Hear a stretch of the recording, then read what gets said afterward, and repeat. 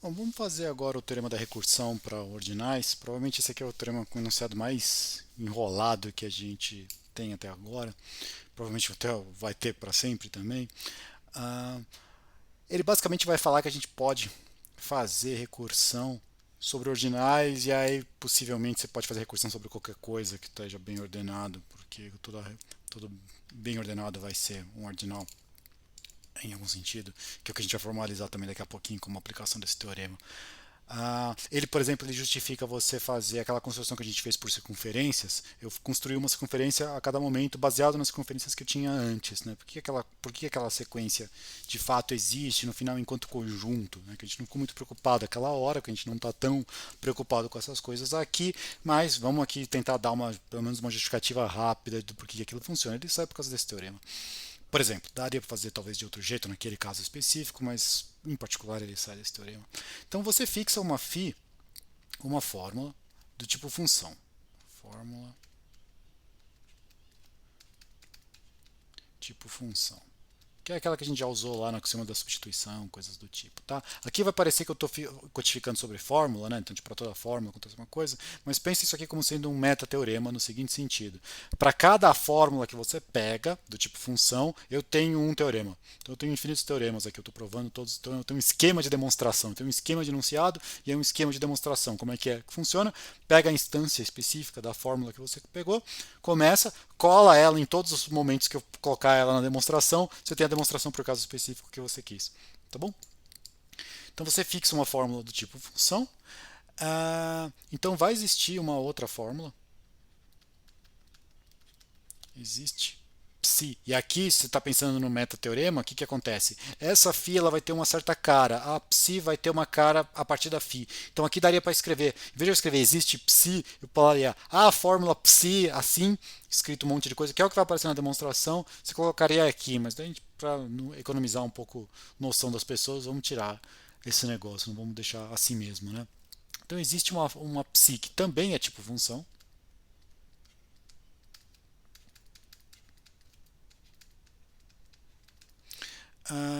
tal que aqui vai ficar um pouco confuso, mas eu já explico. Para qualquer alfa ordinal que você pega, vale psi de alfa b, C e somente C, vale φ de xi, xi menor que alfa, b,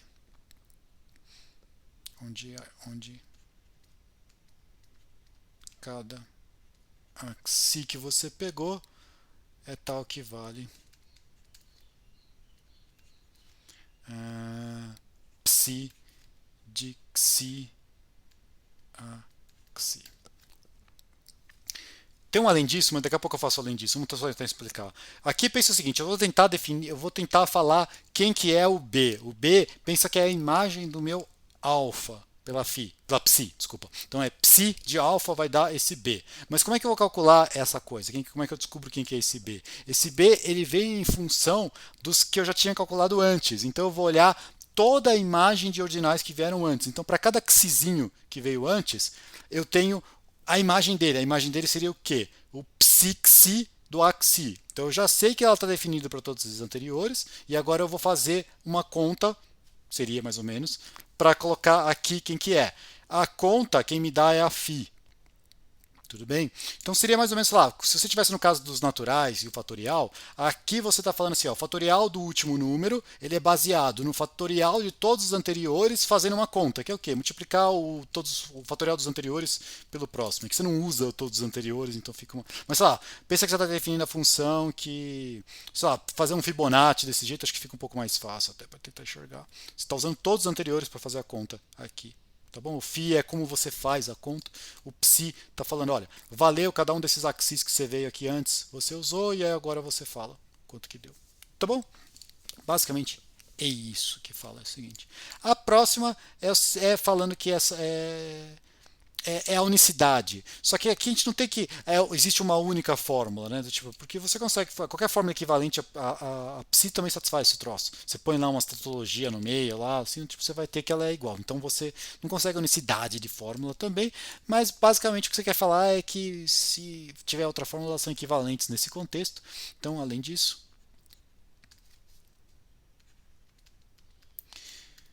Se psi' satisfaz o enunciado, também satisfaz isso.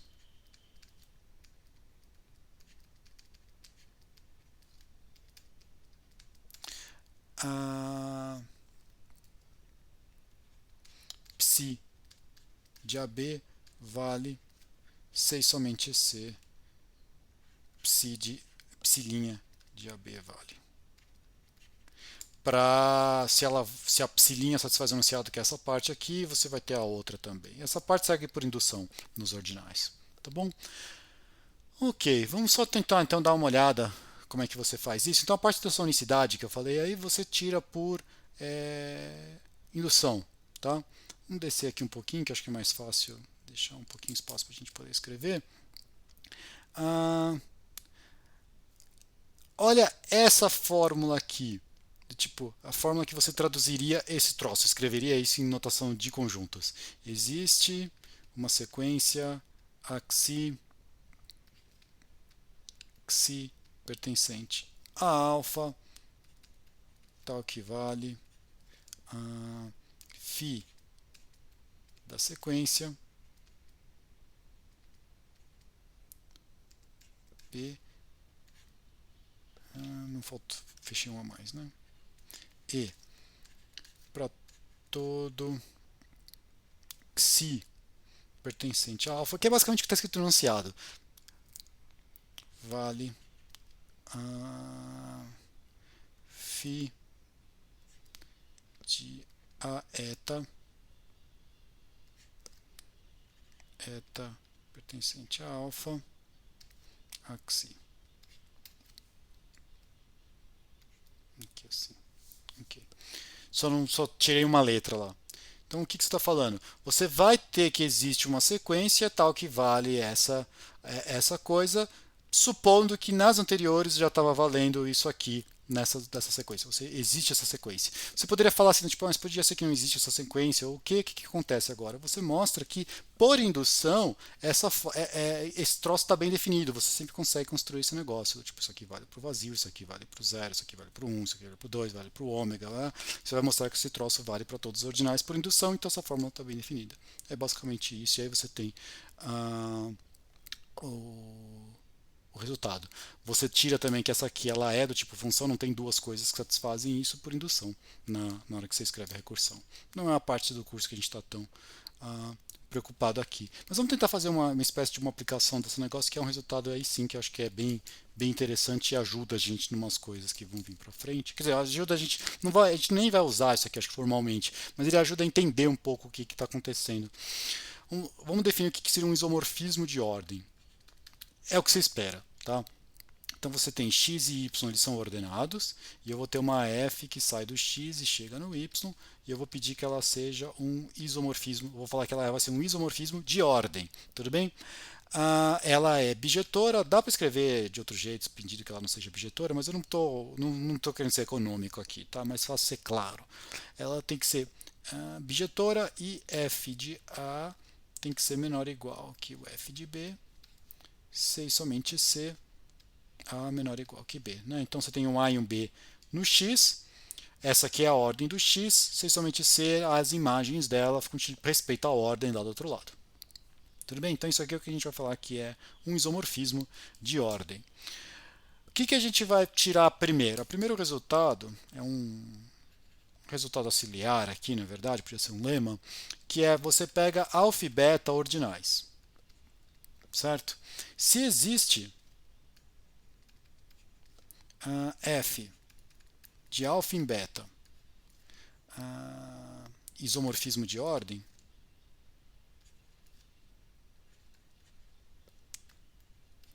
então alfa é igual a beta. Certo? Esse resultado é basicamente você mostra por indução. você pode mostrar esse negócio, a indução sobre o alfa, por exemplo. Então faz indução pelo alfa.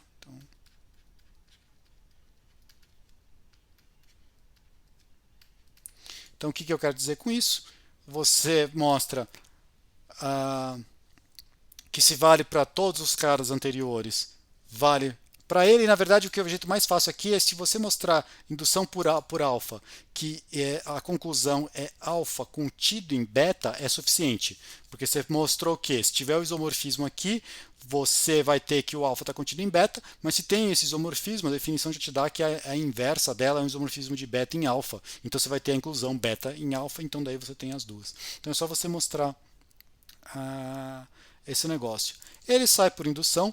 Tem uma passagem só que você vai ter alguma dificuldade para fazer, que vai ser o seguinte: você vai ter em algum momento que tirar supõe que você tem um conjunto de ordinais, você tem um gama contido em, em beta, vamos colocar assim, e aí esse conjunto, esse gama contido em beta, ele é um segmento inicial do beta. Pensando que ele é um intervalo dentro do beta. Ele vai do primeiro elemento do beta até algum momento lá. Do tipo, ele não pulou ninguém. Quando você tem esse tipo de coisa, isso aqui é um exercício, você mostra por indução. Se você tiver então um gama contido em beta, que é um segmento inicial do beta, ele na verdade ele é um ordinal.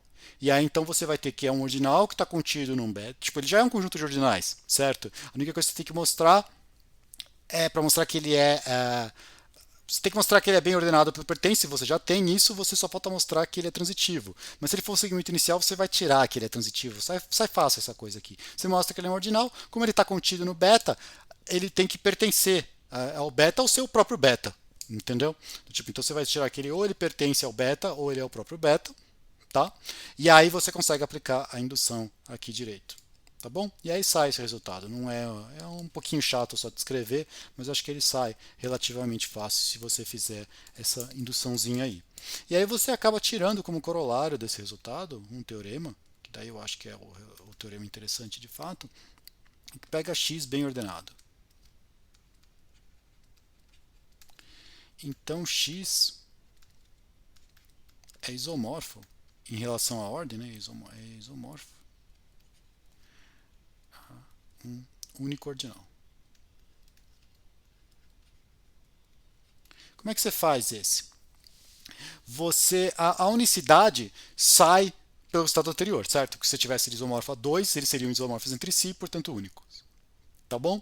Mas se você tiver, você tem que ter agora que existe de fato. Mas daí você faz o seguinte: você define recursivamente f de x como sendo o mínimo dos betas, tal que para qualquer y que você pega menor que x, f de y é menor que beta. Você define essa fórmula recursivamente, do jeito que eu estou colocando aqui, ela não está muito bem definida, mas você consegue definir essa fórmula recursivamente, usa o termo da recursão e aí você tem o resultado. Você vai ter essa aqui, ela vai estar o isomorfismo que sai do seu x e chega nos ordinais. Tá bom? Então é isso por enquanto.